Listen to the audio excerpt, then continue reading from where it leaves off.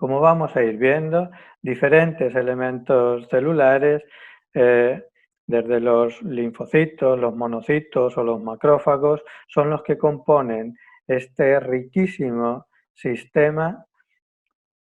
que se ha ido desarrollando de una manera evolutiva al cabo de los miles de años. Para hacernos una idea, si cogiéramos cada uno de estos elementos celulares, los linfocitos, por ejemplo, los que somos capaces de encontrar circulando por la sangre en un adulto humano, solamente los linfocitos de todas estas subpoblaciones celulares, monocitos, neutrófilos, eosinófilos, basófilos, etcétera, etcétera, solo los linfocitos constituyen más de 1 kilo, 1000 gramos, lo que nos da la idea de la importancia que puede tener si estuvieran todos ellos de una manera conjunta, un órgano que pesa 1 kilo en el cuerpo. Hay más linfocitos que neuronas, aunque tampoco sabemos muy bien si los linfocitos y las neuronas son elementos diferentes o únicamente se han diferenciado a la hora de moverse por el cuerpo. Podríamos referirnos perfectamente a los linfocitos como neuronas ambulantes que están viajando entre las células de nuestro organismo y que no dejan ningún rincón sin estudiar, sin vigilar, sin recoger información y sin llevarla hasta allí. Donde más linfocitos nos vamos a encontrar es en el bazo, en el timo, por supuesto, en los ganglios linfáticos y en la médula ósea. Si estudiáramos de forma evolutiva el origen del sistema inmune con el que contamos en este momento, que por supuesto está vivo y sigue evolucionando, nos encontraríamos que la célula que ha dado origen a todo el sistema son los monocitos. Monocitos y macrófagos que han desarrollado una serie de funciones iniciales y que, como ya vimos en el caso de la neumonía por coronavirus y en otras enfermedades, van a desarrollar un papel principal a la hora de desencadenar una serie de funciones, una serie de acciones que son las que determinan el funcionamiento primario, el funcionamiento inicial inmunitario. Pero no son los únicos, ya que linfocitos T o linfocitos B o las células NK, natural killers, células asesinas naturales, que desarrollan una serie de funciones específicas, junto con neutrófilos, eosinófilos, basófilos, las plaquetas y los eritrocitos. Esta es una primera presentación, nada más, del sistema inmune que vamos a ir desarrollando conforme avancemos para ver que todas ellas comparten una serie de funciones, como son que tienen la capacidad de leer su ambiente, y su ambiente es el organismo completo, que tienen la capacidad de analizar la información y de aprender de lo que se van encontrando en cada momento, como si de verdad fueran un sistema cognitivo evolucionado, y que a partir de la información que recogen son capaces de seleccionar un programa de respuesta, un programa de comportamiento adecuado a esa información que han recogido. Quiere decir que el sistema nervioso, a través de una serie de núcleos, de los cuales vamos a destacar desde ya el hipotálamo, que va a tener un papel fundamental a la hora de regular el funcionamiento de todo el sistema inmune, y cómo desde el cerebro se van a utilizar diferentes vías de regulación del sistema inmune, a la vez que el sistema nervioso va a recoger la información que el propio sistema inmune le hace llegar. Las vías más importantes que nos vamos a encontrar de comunicación entre ambos sistemas son, en primer lugar, el hardware, vamos a llamarle así, un tipo de conexión física entre los órganos linfoides, por ejemplo, un ganglio linfático y el cerebro, que va a ser la inervación. Estructuras neurales que podemos encontrar inervando todo el cuerpo y muy en particular a través del sistema nervioso simpático, van a hacer llegar directamente la función del sistema nervioso a los ganglios linfáticos, y de ellos va a derivar si un ganglio linfático, si el timo o si el bazo liberan diferentes células a la sangre en respuesta al estímulo que estén recogiendo.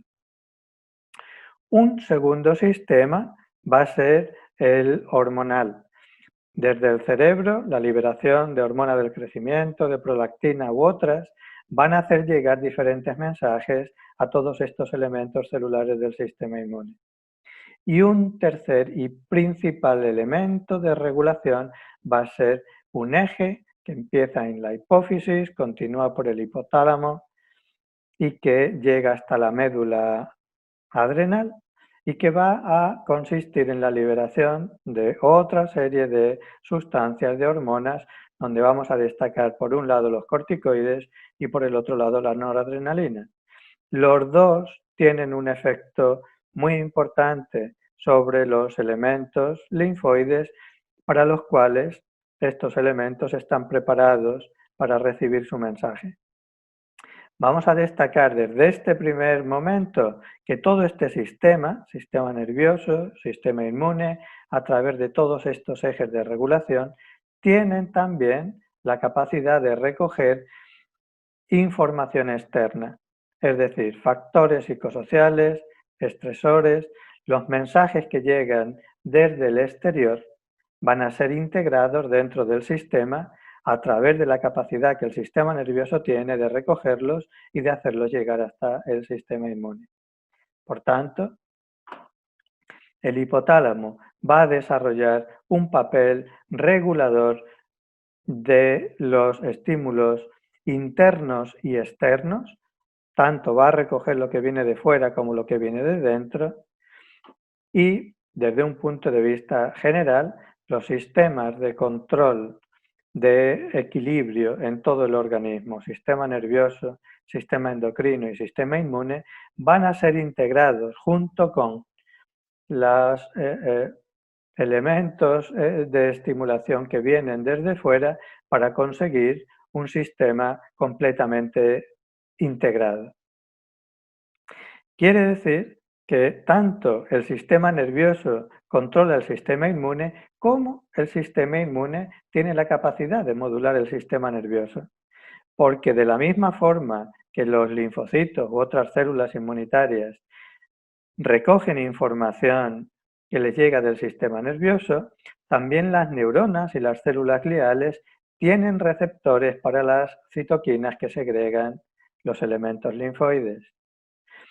Por ejemplo, los macrófagos tienen capacidad de producir factores neurotróficos, pero es que no olvidemos que macrófagos residentes en el cerebro, que son las células gliales, como hay representación de todo este sistema retículo endotelial macrofágico prácticamente en todos los órganos del cuerpo, en el pulmón están los macrófagos alveolares, en el hígado las células de Kupffer, en el bazo las células litorales. En todos los órganos hay un sistema residente de elementos que representan este sistema macrofágico, una manera de conseguir un sistema permanente de vigilancia en cada órgano. Solo el 2% de la comunicación cerebral ocurre a través de las sinapsis neuronales. Esta parte importante que nos permite conocer que el resto de la comunicación se hace a través de moléculas de la información en las que están interviniendo otros sistemas que no solamente los neurotransmisores, sino que también las citoquinas inmunitarias desarrollan un papel principal,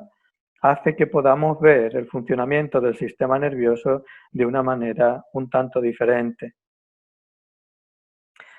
El resumen de lo que estamos diciendo es que el sistema nervioso y el sistema inmune, ambos están en relación y en equilibrio a través de las hormonas del sistema endocrino y del sistema nervioso autónomo. Hormonas del sistema endocrino, neurotransmisores del sistema nervioso y citoquinas del sistema inmune son las moléculas de información que hacen relacionarse estos tres sistemas, los tres sistemas que componen el sistema de equilibrio homeostático de todo el organismo. Por tanto, el sistema va a estar equilibrado por aquello que sea capaz de recoger el sistema nervioso, estímulos ambientales, factores psicosociales y estresores que el cerebro recoge y de los que va a inducir una serie de señales químicas en forma de neurotransmisores que llegan al sistema inmune. Pero a la vez, el sistema inmune va a ser receptivo a aquellos estresores infecciosos, inflamatorios, un virus, una mutación, un tóxico, que van a poner en marcha la secreción de citoquinas y que van a llegar al cerebro, con lo cual van a ser allí recogidos y eso va a tener efecto a un nivel del comportamiento. Nos hacemos una idea de la complejidad que van a tener estos dos sistemas, cómo el sistema inmune va a afectar también el cerebro y a la conducta y cómo las citoquinas van a constituir esta respuesta de enfermedad que está generada de una manera adaptativa que tiene una función evolutiva para aumentar la supervivencia del huésped. Los cambios fisiológicos como la fiebre, el adormilamiento y las alteraciones bioquímicas hemáticas van a constituir respuestas a esta información que el sistema inmune recoge en la periferia y que va a constituir un elemento de regulación. ¿Y cómo hay cambios de comportamiento asociados? La apetencia por la comida o la bebida o la actividad exploratoria o sexual o la sensibilidad al dolor o el estado de ánimo son todos ellos cambios de comportamiento que están en función, que están en dependencia de los estímulos que el sistema inmune está recogiendo. Así es que el sistema inmune, además de una serie de funciones puramente fisiológicas, orgánicas, va a contribuir a establecer el comportamiento, las variables conductuales y va a tener la capacidad de condicionar como un auténtico sistema de condicionamiento del sistema nervioso y viceversa. La capacidad que el sistema tiene desde el punto de vista funcional es tan grande que una sola célula inmune constituye un solo órgano sensorial. Y ya hemos dicho que tenemos miles de millones, literalmente, de elementos celulares más que neuronas constituyendo nuestro sistema inmune. De forma que una célula natural killer, una célula procesadora de antígeno o un macrófago va a tener la capacidad de detectar una información en determinado lugar del organismo, en interpretarla, en hacerla llegar a otros elementos celulares amigos de su propio sistema inmune o del sistema nervioso y poner en marcha una respuesta adecuada. Hasta ese punto llega la capacidad de puesta en marcha de todo el sistema. Quiere decir que diferentes formas de estrés van a producir diferentes efectos de respuesta sobre la función inmune y eso es específico, de manera que hoy sabemos que un estrés como podría corresponder a la deprivación de sueño va a producir una respuesta disminuida de algunas subpoblaciones de linfocitos T, pero el estrés académico, que tiene la capacidad de deprimir también la función linfocitaria, actúa sobre todo sobre otro subgrupo linfocitario, que son las células natural killer. Cada estímulo psicológico adverso va a tener la capacidad de influir sobre una subpoblación celular determinada y eso va a afectar diferentes enfermedades, desde un cáncer a una enfermedad autoinmune. Y no solo eso, sino también el estado anímico, de manera que la regeneración de un tejido, la curación de las heridas, la recuperación postquirúrgica o los días de ingreso.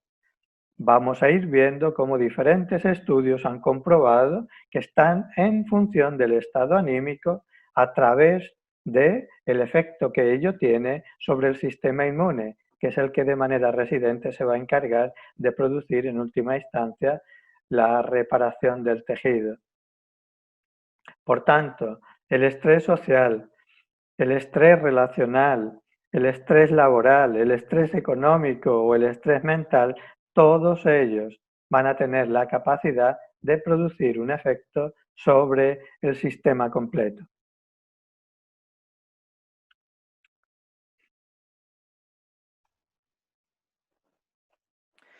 A lo largo del curso vamos a ir viendo hasta qué punto tanto el estrés como diferentes estados anímicos,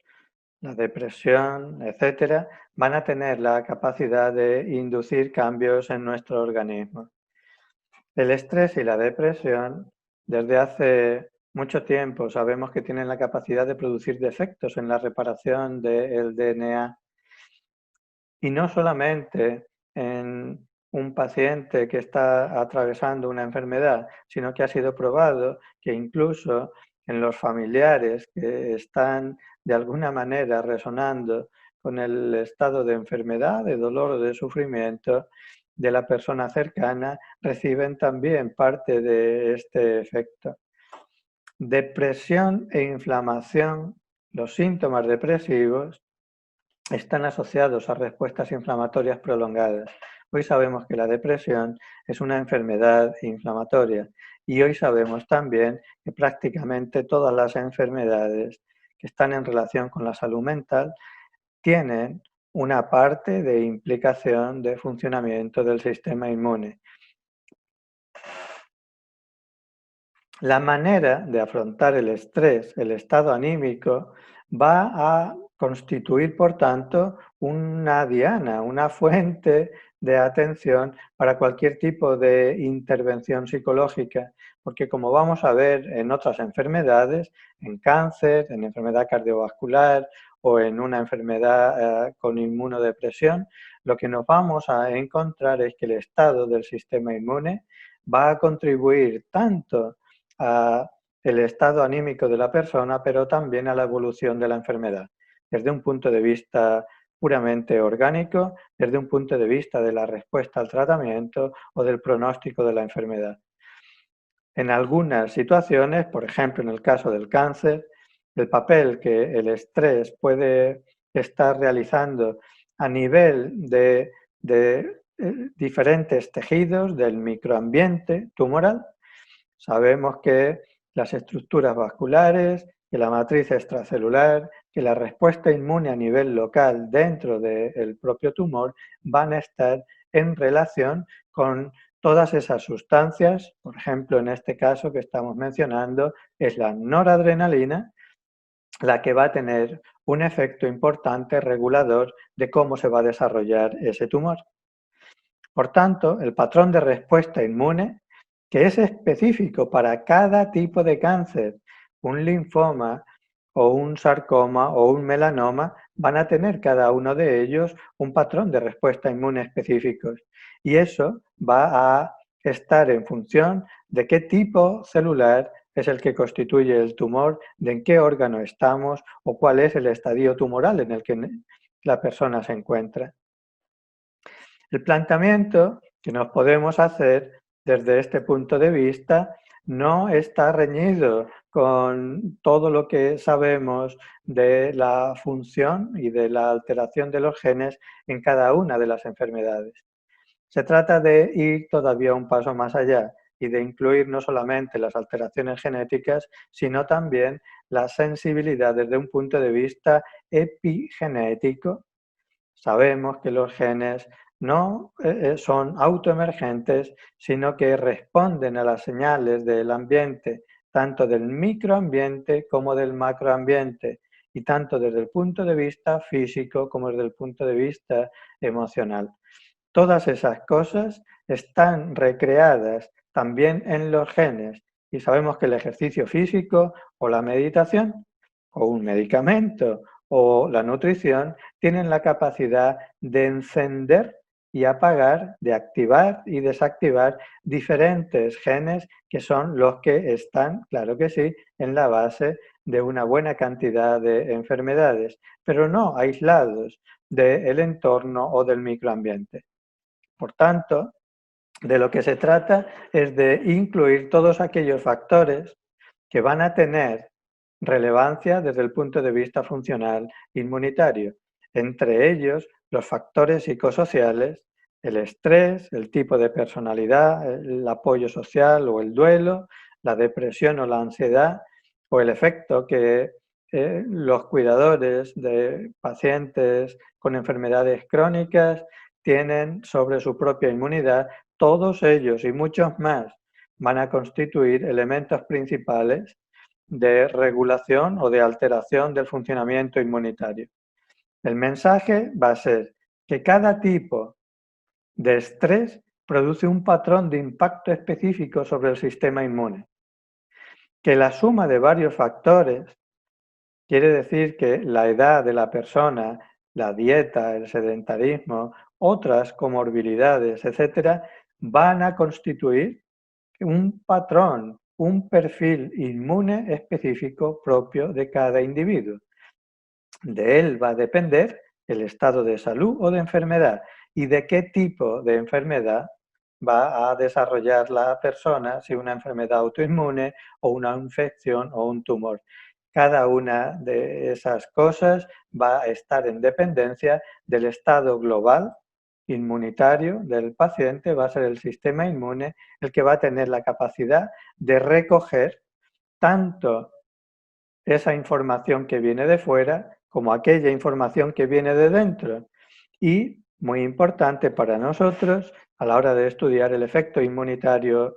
y de las emociones sobre la salud, cómo diferentes expresiones afectocognitivas son específicas respecto a la regulación de diferentes elementos de diferentes subpoblaciones celulares inmunitarias. Así sabemos que la ansiedad está relacionada con los linfocitos T, CD4, los específicos, los que disminuyen, por ejemplo, en el SIDA, o que la asertividad tiene la capacidad de elevar pues, los linfocitos natural killer y los CD8, aquellos que están implicados muy en particular en el control de las células infectadas por un virus o de las células tumorales. Confesar secretos de culpabilidad ha sido probado que tiene un efecto de incremento del número global de linfocitos que están circulando por el sistema.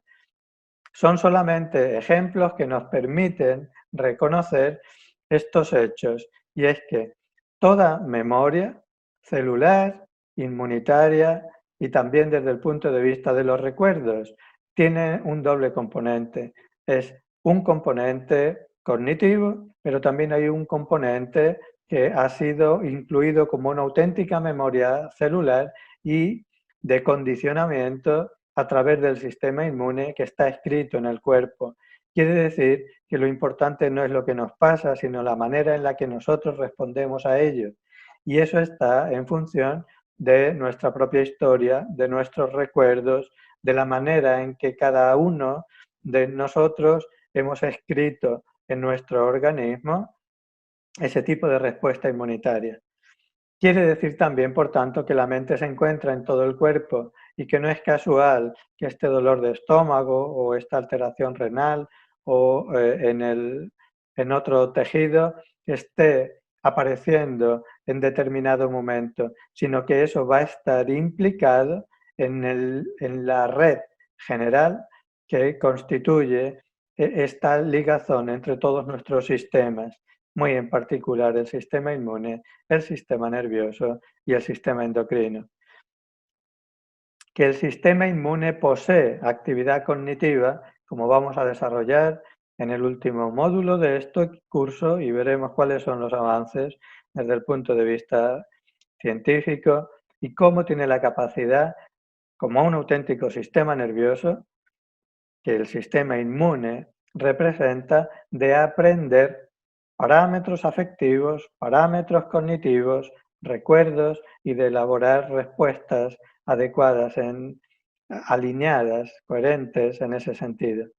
Y que existen tantos tipos de respuesta inmune como condiciones patológicas, tal y como es posible estudiar, pues por ejemplo, en el grupo de cualquier tipo de tumor, cada linfoma, un linfoma de célula pequeña, un linfoma de célula grande, un linfoma de Hodgkin, cada uno de ellos tiene un tipo de respuesta inmune específica. Dentro de estos aspectos nos va a interesar muy en particular la manera en que el sistema inmune se comporta en diferentes momentos de la vida. Sabemos que al inicio de la vida se va a desarrollar en relación con la microbiota, muy en particular de la madre, desde antes de nacer, ya durante la gestación, el momento del parto y también los primeros años de vida. Lo vamos a desarrollar en el siguiente módulo, en el segundo, pero desde ya lo que vamos a recoger es la importancia que tiene esta primera etapa en la vida de la persona. Así sabemos que el sufrimiento de estrés prenatal, que va a tener ya una correlación con el peso fetal, los fetos o los recién nacidos que tienen bajo peso al nacer, quiere decir que han tenido un estrés prenatal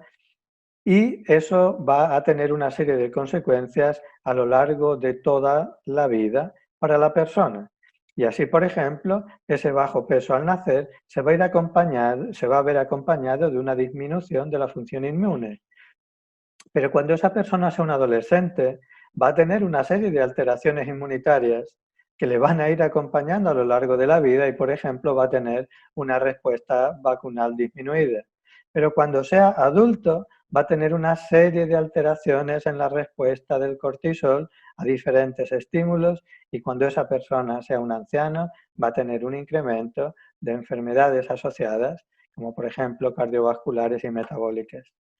Quiere decir que la firma del sistema inmune, el perfil inmunitario, va a ir acompañando a la persona a lo largo de toda su vida y por eso es uno de los momentos, o quizás el momento desde el punto de vista inmunitario, que tiene mayor importancia a la hora de ser atendido y regulado, porque el patrón del sistema inmune que va a acompañar a la persona durante toda su vida se va a establecer en estas primeras etapas. El estrés prenatal y las experiencias estresantes, tanto durante la gestación como en el momento del parto, como en los 2 o 3 primeros años de vida, van a regular el funcionamiento del sistema inmune durante el resto de la vida de la persona. Y si eso es así, en las primeras etapas de la vida, de la misma manera, como ya hemos tenido ocasión de revisar, puesto que hemos visto el módulo 4 con el que alteramos un poquito el funcionamiento de este curso por los eventos que estamos viviendo, pero ahora recordamos cómo el proceso de envejecimiento que acompaña a un proceso de envejecimiento del sistema inmune, este proceso de inmunosenescencia, está acompañado de cambios endocrinos, de cambios cognitivos, de cambios autoinmunes, de cambios sociales, de cambios relacionales, y todo ello está representado y resuena con cambios inmunológicos, con respuestas inflamatorias, que son las que explican las enfermedades asociadas al envejecimiento, infecciones, autoinmunidad, cáncer, enfermedad cardiovascular, metabólica, etcétera, etcétera, etcétera. Sabemos que aquellas personas que tienen la capacidad de envejecer de mejor manera, aquellos ancianos que tienen un buen envejecimiento, conlleva, eso se acompaña de un sistema inmune conservado. Y como de un auténtico sistema nervioso acompañante, esta capacidad cognitiva, la capacidad de bienestar, es un elemento añadido a las personas que tienen un buen envejecimiento. Desde el punto de vista relacional, del apoyo social, que muchas veces va disminuyendo con la edad, la soledad tiene el mismo efecto que el estrés sobre la función inmunitaria, quizás dentro de la larga lista de elementos que tienen la capacidad de inducir efectos sobre el sistema inmune, la soledad sea uno de los que tienen mayor importancia. Y no hace falta recordar la epidemia de soledad en la que o a la que estamos sometidos en nuestra sociedad.